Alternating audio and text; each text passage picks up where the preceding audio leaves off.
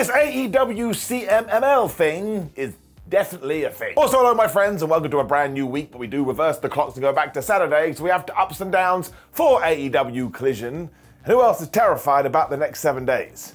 My hand stays in the upward position because 2024 in wrestling has been far too crazy and I need some sleep. But instead, I will stand here and wave my arms around. That's right.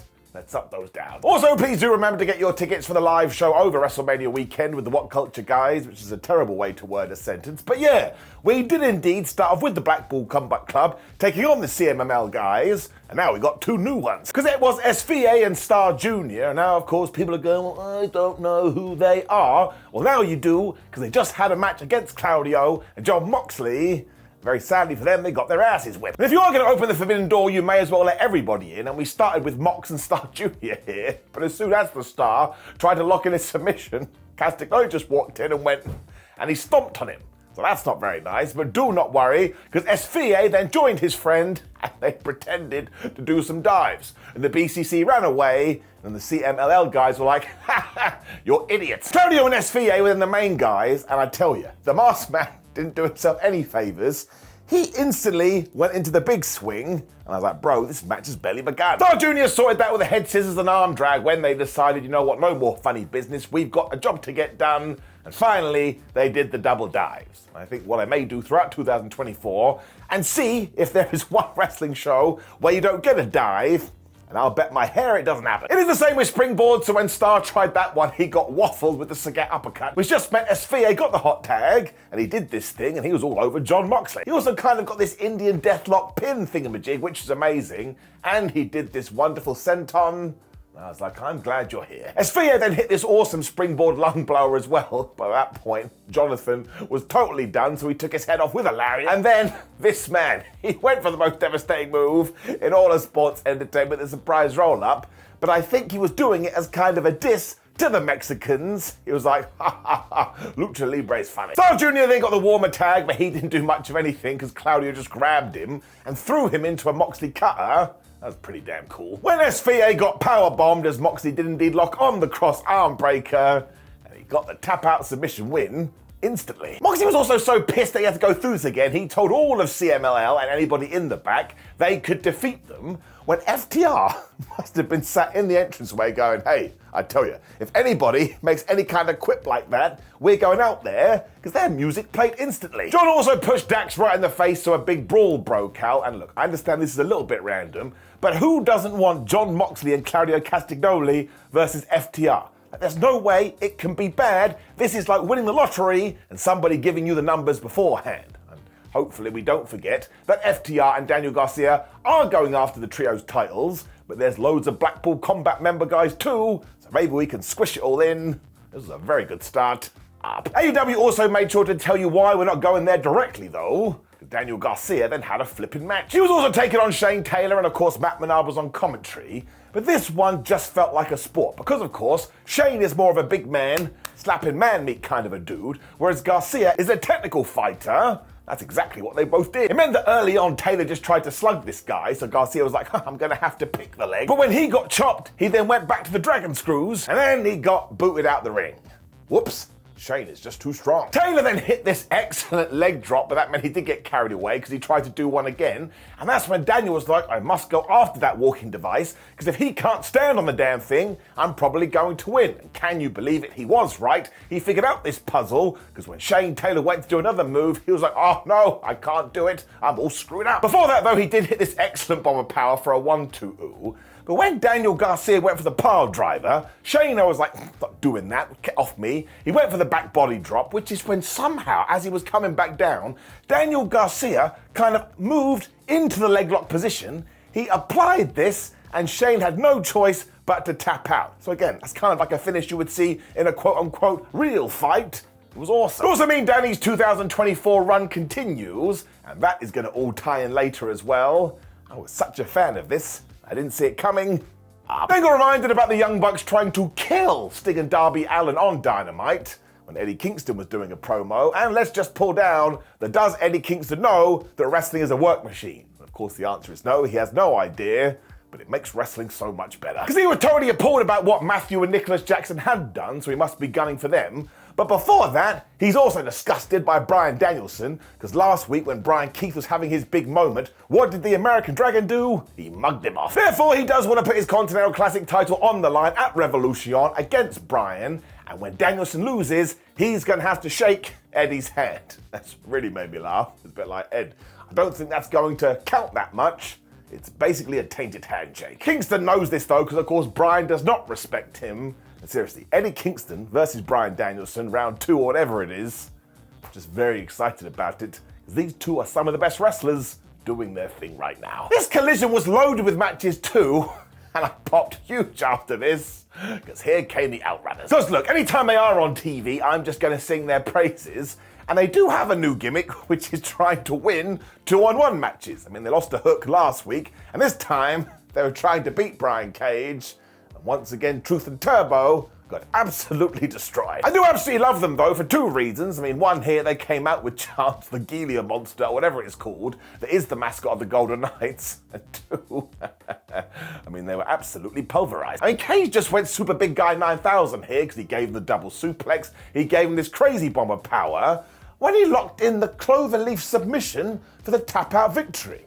I was like, why is this the theme of Collision? Everybody is winning with tap-outs. So there must have been a memo or something, and just when Chance was going to dance with Prince Nana, Brian Cage absolutely wrecked him, and the crowd was so upset, and I got it, so was I. Nobody was more pissed off than Hook though, because he came out to fight with Brian, and they brawled to the back. So now, of course, they both have beaten the Outrunners, which leaves only one question: can they beat themselves? No, that's not right. That sounded terrible out of context. You know what I'm saying. So this is my kind of wrestling, as you know, but look, we also got the continuation of this Brian Cage Hook stuff, and we've kept Hook on TV after all of his stuff with Samoa Joe.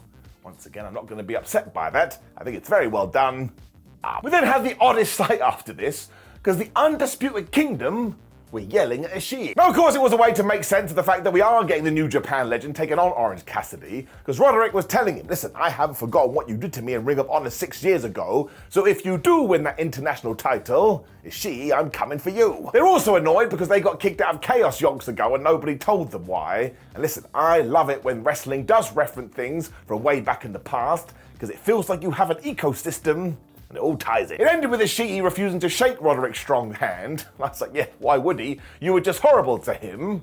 But this was yet another theme of Collision. Handshakes going awry, you will see. When Adam Copeland arrived, this dude loves Collision. Now, instantly the rankings came into play because Tony Schiavone explained that, listen man, you're doing really well and you're number 3 in those rankings, but because Swerve Strickland and Hangman Adam Page are ahead of you and they're going after the World Championship, you have your pick of the litter. So Adam Copeland was all like, oh, well, I don't know what I'm going to do. Although, obviously, I do. I've been going after Christian Cage. I choose you. And there are a couple of teasers in here because Copeland made sure to say, hey, Young Bucks, I didn't like what you did either. So we're teasing that tag team match.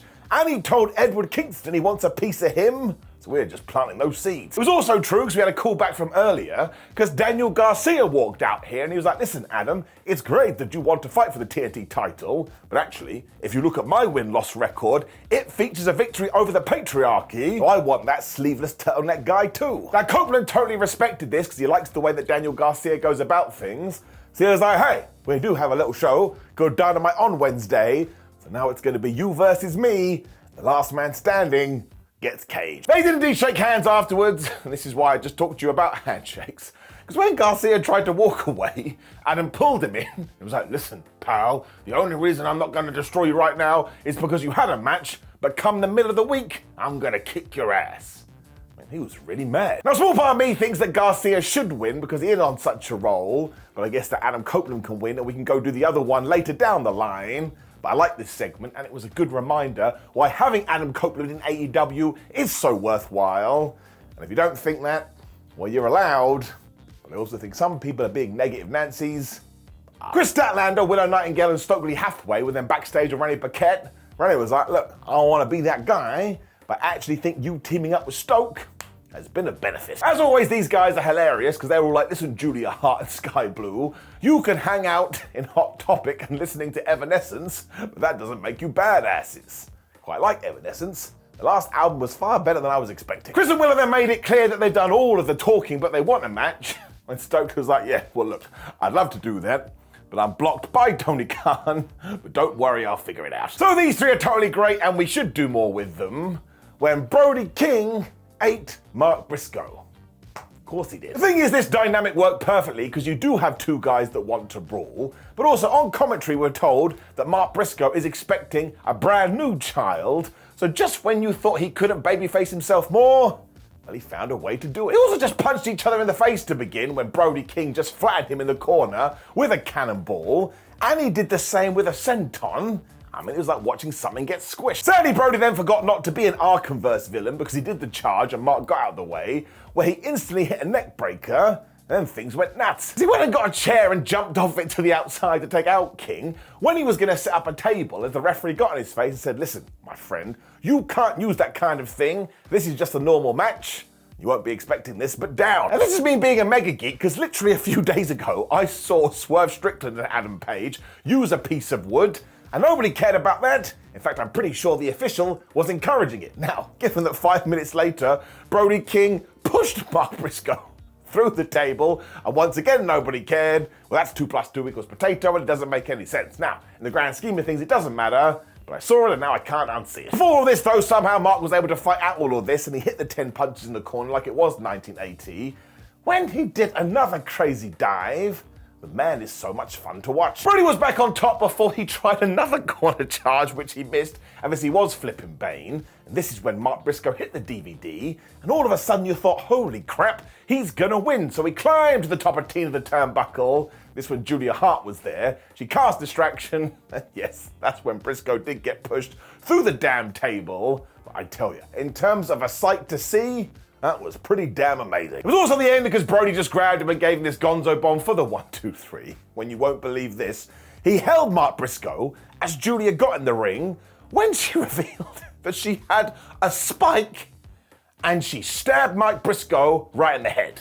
What? So I've decided to bring it back because that's right. It's the crime counter, wherever the hell it is, and it goes up to 1. You can't do that in professional wrestling. You'd definitely be arrested. So make sure you ignore all the other nonsense I did rant about, because this was just such a good fight. I could watch them fight for days. Brian Keith then cut a quick promo basically to tell you that he is officially all elite, when we got Deonna Prozo versus Kiera Hogan. Now look, this was the first one of those matches where you're like, I know who's definitely going to win here, but we actually tied it up in this neat little package to promote the pay-per-view. Because the whole idea here was to turn Deonna into a super contender, so she was messing around with Kiera Hogan's arm to begin with. And every time Hogan tried to get back into this, Purrazzo was like, sorry, listen, I am the #1 contender, and I've been booked to look strong. Venus de Milo, tap out win. Which is another one. The thing is though, we back-to-back the women's matches, so Toni Storm walked out after this, and she looked at Deonna, and Deonna looked at her, and this time she was taking on Queen Aminata. Now, you probably could have gone, well, I'm sure this will be really quick too, but no, because recently we have been heating up Her Majesty. Once again, she had another great showing. Now, there was kind of a stalemate here, because they must have watched the last match, and they were both going after the other person's arm, when Storm got bored of this, did a Fez press, that basically booted Aminata right in the face. When she did go for the sweet chin music though, Aminata had a plan and she turned it into the most devastating move in all of sports entertainment. She got a pretty good down 1-2 ooh off that. Sadly, she needs to work harder. She then kicked Toni for another near fall, but then Storm was able to come back with a DDT. But when the Timeless One tried for the pile driver, somehow the Queen turned that into the air raid crash. So once again, we need that All Elite graphic soon. She's earned it. Aminata then decided she'd try for her own sweet cheek music or hip attack, but that didn't work because she got tripped, which is when Toni was like, I'm going to do it. Hit the Storm Zero. And yeah, she got the 1, 2, 3. That was super excited because she grabbed a mic and said, yes, I will reveal my brand new film, Come Dynamite, or Diamante, or whatever she calls it. Please let this be as ridiculous as I want. I need it. This was really well done though, and I actually think Deonna versus Toni is going to be one of the highlights from Revolution. Giving it up. And it was the same for our main event, because it was one of those fever dream matches. Orange Cassidy versus Ishii. Now, even though it was Ishii, Cassidy tried his pocket trick and a drop kick, but surprise, surprise, Ishii just looked at him as like, that's all you've got? You're gonna try and kick me? You better come up with something better. Orange then attempted to do some forearms, but of course that was equivalent of kissing a wall. What you're trying to achieve here when Ishii just smashed him one, and the piece of fruit went down. He's definitely an apple man. Cassidy then realized he had to get going, so he hit the Stun Dog Millionaire and a DDT before he followed it up with a dive. And this one I will give a little bit of a pass to. The man was desperate. It was Triple E 2 as well, because he hit 2 more DDTs, which didn't work, when he decided, well, why don't I do the weak kicks? I was losing my mind here. I was like, what are you doing? I was right too, because Ishii came exploding out and gave him this mad shoulder tackle. The zest went everywhere, and he gave him the brainbuster suplex.